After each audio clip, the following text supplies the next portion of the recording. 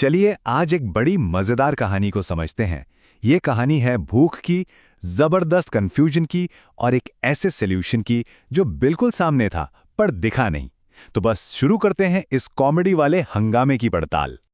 कहानी में आगे बढ़ने से पहले जरा सोचिए, जब पेट में चूहे दौड़ रहे हों तो सबसे बुरा क्या हो सकता है जो खो जाए? शायद बटुआ, घर की चाबियां या फिर फोन, कुछ भी हो सकता है ना? लेकिन हमारी कहानी का जो हीरो है उसने कुछ ऐसा खो दिया जो शायद इन सबसे कई ज्यादा जरूरी था।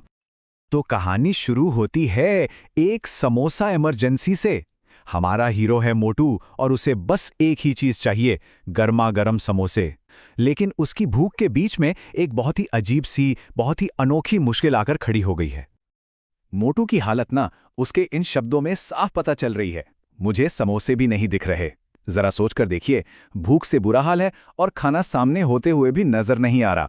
और यही जो उसकी बेबसी है ना, वही इस पूरी कहानी को आगे बढ़ाती है।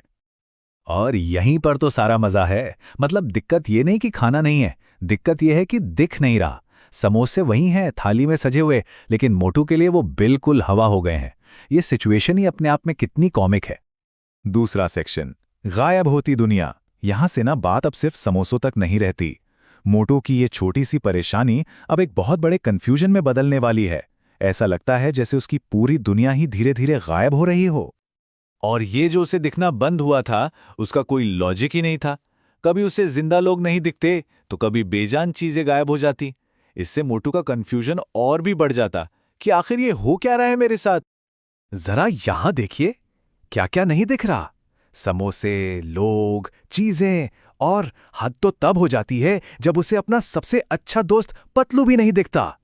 अब ये कोई मजाक नहीं रहा, बात अब सिर्फ भूख की नहीं, दोस्ती पर भी आ गई है। तीसरा सेक्शन, अजनबियों का आगमन। अब जब लग रहा था कि भाई इससे ज्यादा अजीब और क्या ही होगा, तभी कहानी में एंट्री होती है कुछ बहुत ही, कह सकते हैं, रहस्यमयी किरदारों की। सबसे पहले तो एक किरदार सामने आता है जिसकी नाक कुछ ज्यादा ही लंबी है। बस इस एक चीज से ही कहानी का माहौल और भी ज्यादा मजेदार और अजीब हो जाता है। और फिर एक और अजीब सा किरदार जुड़ता है, इस बार बड़े बड़े कानों वाला। अब ये पूरा नजारा एक कार्टून जैसा लगने लगता है, जो मोटू के कन्फ्यूजन को बस बढ़ाए ही जा रहा है। अब जाहिर है मोटू का सब्र का बांध टूट जाता है। वो पहले से ही इतना परेशान है और ये नए अजीब दिखने वाले लोग उसकी मदद करने के बजाय उसे और परेशान कर रहे हैं। उसका गुस्सा 7वें आसमान पर है। चौथा सेक्शन, हंगामा और एक इलाज। और यहीं से कहानी अपने क्लाइमैक्स पर पहुंचती है। यहां मोटू का गुस्सा और उसकी हताशा एक ऐसे समाधान को जन्म देंगे जिसकी किसी ने कल्पना भी नहीं की थी।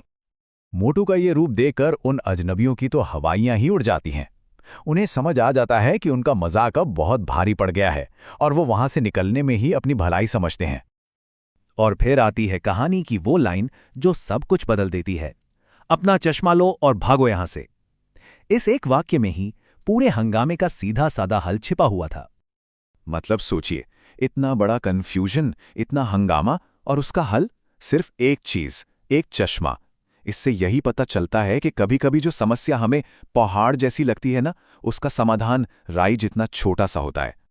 तो अब 5वें और आखिरी हिस्से में देखते हैं कि चश्मा मिलने के बाद मोटू की दुनिया में सब कैसे वापस ठीक होता है और इस कहानी को एक मजेदार अंजाम मिलता है। मोटू की आवाज में जो खुशी और राहत है ना, वो महसूस करने वाली है।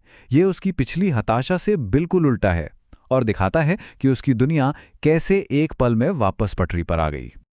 अब जब सब साफ दिखने लगता है तो मोटू का गुस्सा हैरानी में बदल जाता है। वो उन भागते हुए अजनबियों को आवाज देता है। शायद अब उसे थोड़ा थोड़ा अंदाजा हो रहा है कि ये लोग कौन थे। तो ये कहानी ना हमें एक बड़े दिलचस्प सवाल के साथ छोड़ जाती है। अगर किसी का चश्मा मिले तो क्या उसे फौरन वापस कर देना चाहिए, या फिर पहले थोड़ा मजाक करने का हक तो बनता है? ये एक ऐसा सवाल है जो हमारे मजाकिया और मददगार स्वभाव के बीच की पतली सी लाइन को दिखाता है। ये सवाल यहीं छोड़ते हैं सोचने के लिए।